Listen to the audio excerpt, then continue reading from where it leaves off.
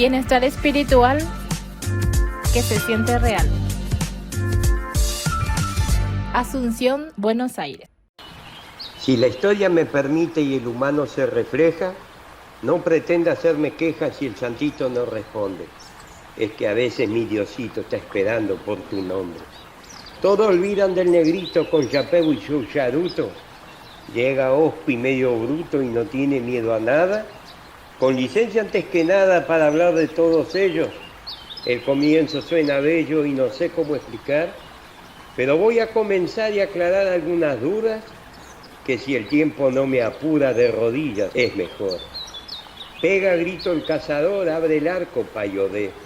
Y si al lupo es lo de vará es mi camino, y si el mar es mi destino, en el fondo tengo perlas, bien celeste mayo mío con su manto y manjar. Corre y gira mayo va, que Yansá está en tu fiesta. Curador de todos males es el viejo Chapaná. Mato, flores y forestas, esas hierbas son de osaña. Y si ella no me daña, cruzaré por la tormenta. Epa yello mayo ya, eso sí que es una hazaña. Por el oro de la araña que Oyún lleva en su espejo, en sus aguas me reflejo y a sus pies yo me detengo. Por justicia yo aquí vengo, que mejor que Paisangó. Con tambores y bongó van llegando los ibellis. Se alborotan en el pez y van dejando su alegría, como aquel que día a día va poniendo su esperanza. Como Ogún puso la lanza en la boca del dragón, comenzá a pedir perdón por aquello acontecido, que tu lengua dio castigo escuchando tu lamento. Poniéndonos de blanco, vamos todos a la gira, que la mesa está servida, ¡epa! Hola, ¿cómo les va? Bienvenidos, soy Pablo Barrera, bienvenidos a Pablo Barrera Magia acá. Sabbath número 80, 80 Sabbats ya conversando con ustedes aquí desde el canal. Si no te has suscrito, hazlo ahora. Hoy, especial del Sabbath 80 junto a Blanca desde Chile. Vamos a hablar con un rabí que es jefe mago de los misterios babilónicos, es decir, de la magia cabalística talmúdica babilónica. Vamos a hablar en inglés. Blanca va a hacer una pequeña introducción sobre el perfil de nuestro invitado. Estamos hablando con alguien que publicó este libro, que ya lo mostramos con anticipación, ¿sí? Theatrice of the Dragons, la traducción del Tratado de los Dragones de Natán de Gaza, Levi von Gaza, en 1666. Es decir, esto cambia para siempre la historia de la magia Lejan Paz, porque hasta hoy no teníamos una traducción en el inglés y obviamente en los demás idiomas modernos, francos, para acceder al conocimiento, ¿sí?, del clifot a niveles superiores jamás explorados de esta manera. Así que vamos a entrevistar al autor de esta traducción, que es un jefe mago, ¿sí? Literalmente ocupa el cargo que ocupaba Daniel, el profeta, frente a Nabucodonosor. Sabbath número 80, ¿sí? Entrevista junto a Blanca al jefe mago de los misterios babilónicos, de la magia cabalística, clifótica y la traducción de los textos de Natán de Gaza. Títulos.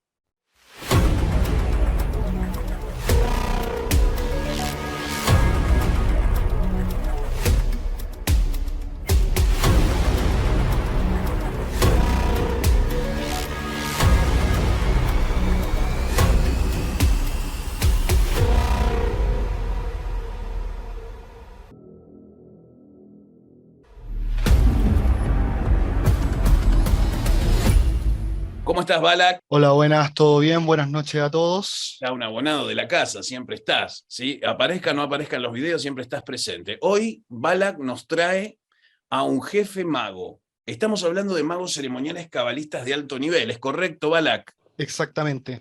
Dentro de lo que yo pueda decir del rabino, queda totalmente corto. Ha sido traductor de múltiples libros de una dificultad inmensa, tanto de abstracción como de lectura. Y no, bueno, no solo eso, sino que tiene muchos libros de su propia autoría revelando misterios y secretos muy avanzados para las personas que no están en aquel nivel en que él se encuentra, y él ha tenido la generosidad de obviamente facilitar en un idioma común como puede ser el inglés todos estos textos y todos estos conocimientos. Perfecto, Blanca. Bueno, comenzamos con la entrevista, la vamos a hacer en inglés y se la vamos a subtitular a la gente para que nos siga el training. Chief Magicians of Mystery Babylon. And this is not a joke. This is a real charge in high Kabbalistic ceremonial magic. So welcome to Pablo Barrera Magic, Rabbi.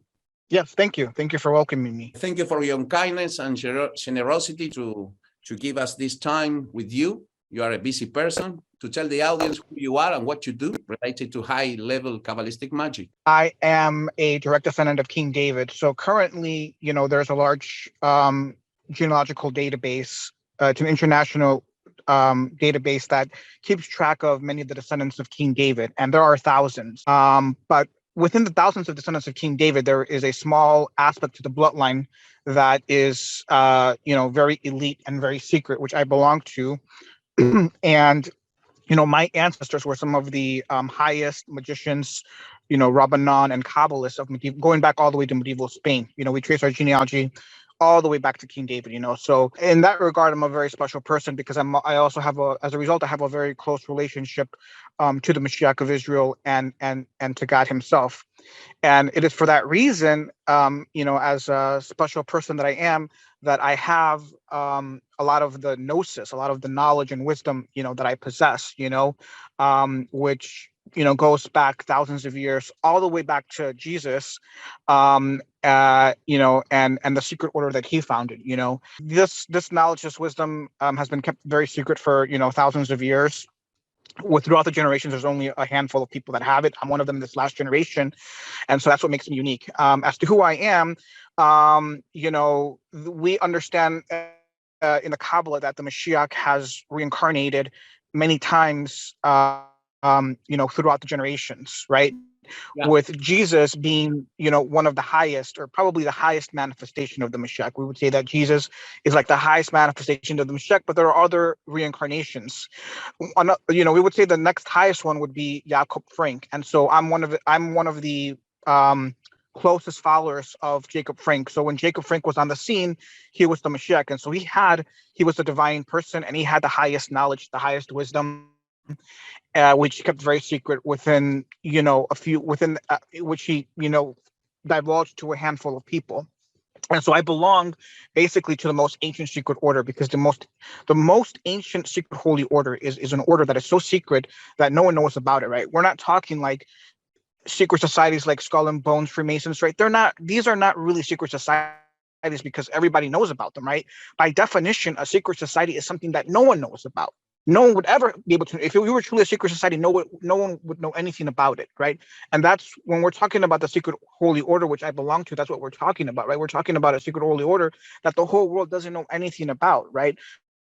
Most people don't really know me, right? Only because I've exposed myself recently to a few people, people are starting to know me now, But essentially, I belong to the secret holy order, which all of the Mashiachim have belonged to, whether it's Jesus, Shabbatai Zvi, or Yaakov Frank. And so there's always just been a handful of people that belong to this order that possess the highest gnosis, and the highest wisdom. So my mission basically, in this last generation is to bring this very secret gnosis that has been hidden for thousands of years and to reveal it to those people that have eyes to see and that are deemed worthy, by God, because this gnosis is very powerful and it's very, very secret, and not everyone can see it, not everyone can agree with it, not everyone can understand it, So it's my job to try to make people understand, even people who don't meet the prerequisites or don't have the ability to fully understand. I'm trying to break it down as simply as I can through the books that I've written, as advanced and as esoteric as they may be. Now, my mission in this last generation is concerned with the Jews and the highest occultists and Luciferians, and bringing this gnosis primarily to them, because in this last generation, it's very critical that the Jews accept Jesus as the Mashiach. In the end, that is what's going to happen, right? We're going to soon reach a point when all the Jews are going to accept Jesus, and my mission is to bring that about, as well as to redeem many evil, profane occultists and Luciferians, and Satanists. Now, the problem is that a lot of the Goyim, they have a lot of respect for Jews.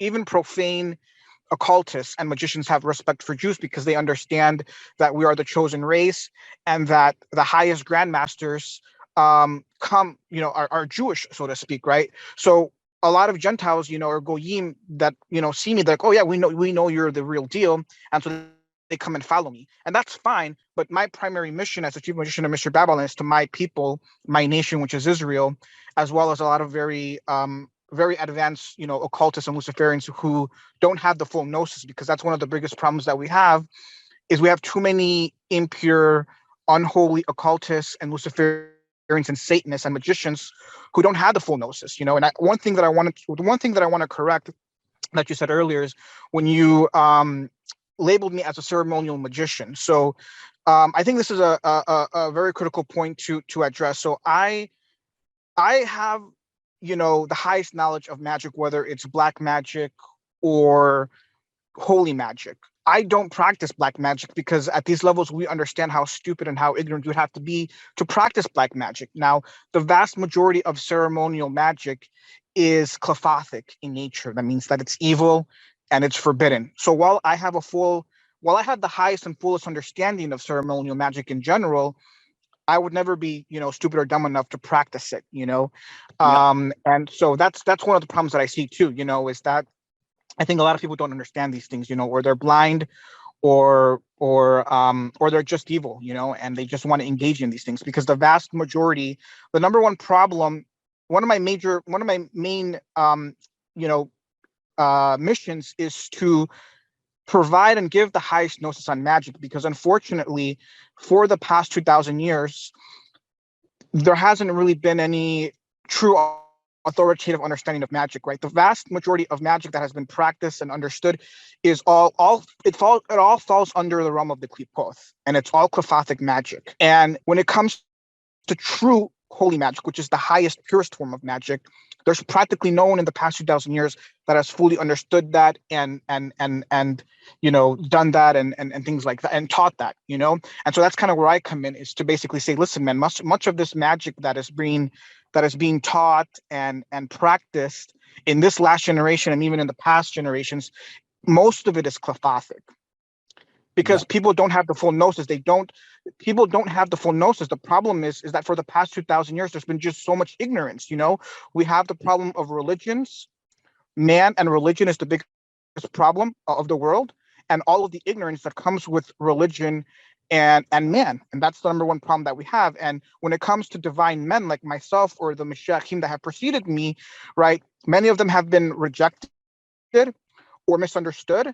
And it's to the tragedy of mankind in not possessing the highest gnosis and understanding the nature and essence of the gods, of the construct, and of magic, And so if you follow me and you begin your holy initiation and you take the right steps and you get on my books, you follow my blog, you try to get very close to me, you climb the levels, that's when you start to activate your gnosis, you reach the gnosis, and then you'll start to understand what's really, truly going on, so to speak, Yeah, it's a responsibility for you. So you're trying to reconcile between the acceptance of Jesus Christ as the Mashiach from past times and bringing the new down for the new Mashiach. Is this correct?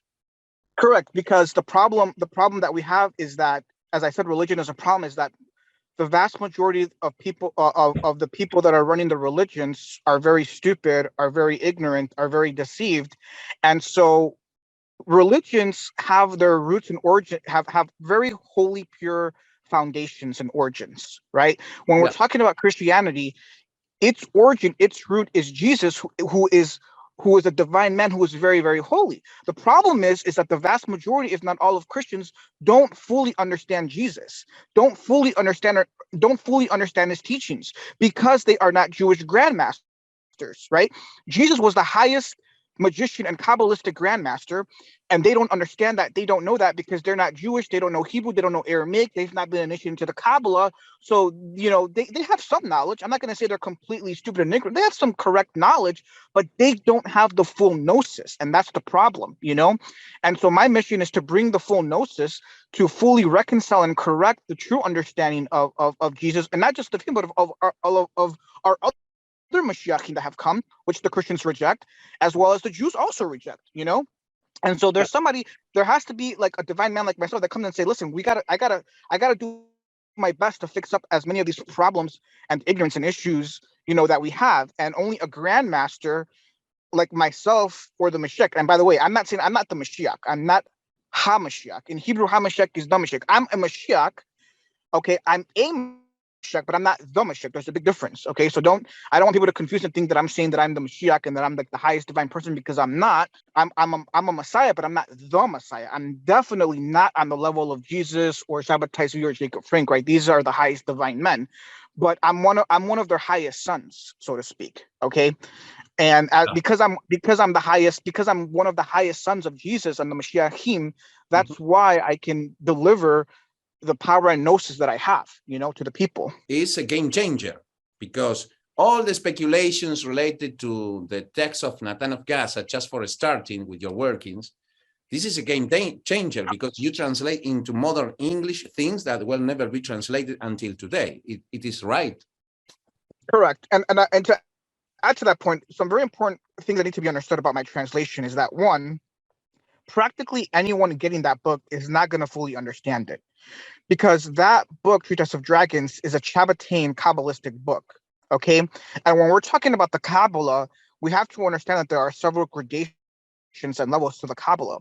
The Chabbatain Kabbalah being what we would call the penultimate level. Okay. I mean, it's very, very advanced, meaning that in order for somebody to fully understand a book like the Treatise of Dragons, you'd have to be like raised Jewish, be fluent in Hebrew and Aramaic, and have spent over 15 to 20 years studying all of the ancient secret texts. I mean, this is not a joke. I don't think sometimes people don't understand what it means to truly be a Rab, to truly be an ancient holy magician, is that you have to spend many, many, many years in holy initiation and holy consecration, This is and so I don't think this is fully understood, So number one, I have to be very, very honest and straightforward, is don't kid yourself, don't fool yourself, because I feel like some people kid themselves and fool themselves, and getting this book, they read it and they think they understand. No, there's no way. There's absolutely no way you're going to understand it.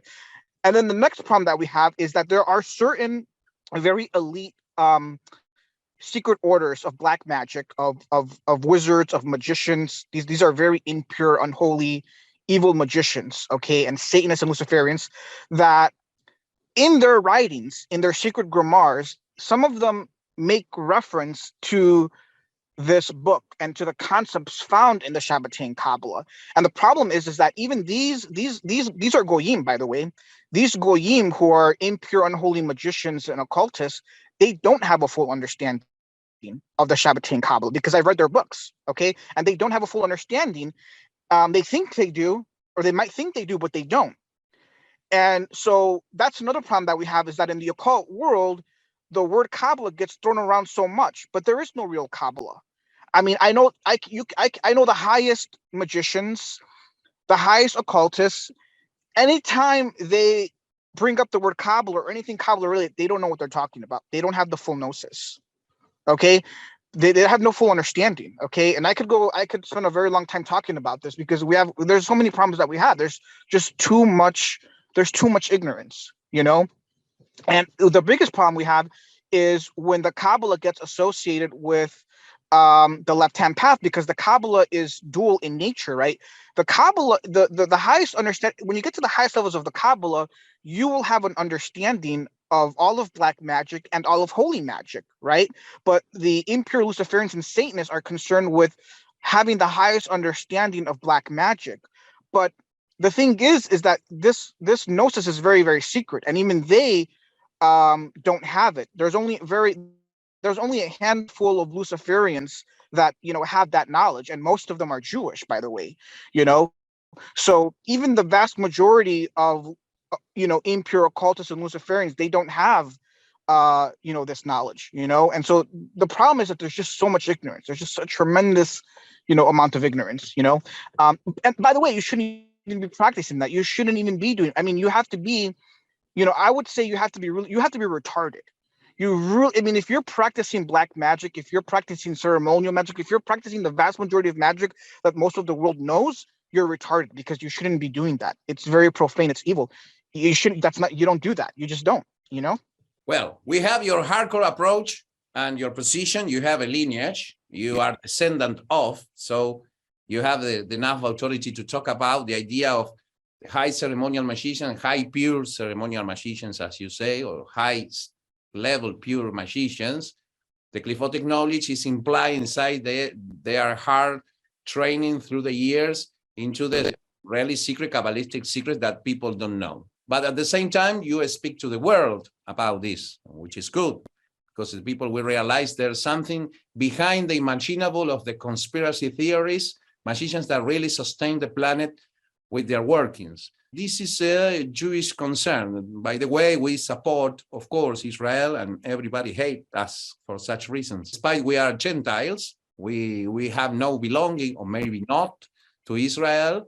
There's a lot of people, that honest people in the planet, who are not Goyim, and maybe Sadikim, and you know when the Sadikim converts into Jewish, is more Jewish than the Jewish. So this is a secret law for the Jews too. So what is the idea behind all this showing to the world this knowledge? The idea is that Gentile would understand, or only let know that they will never understand these things?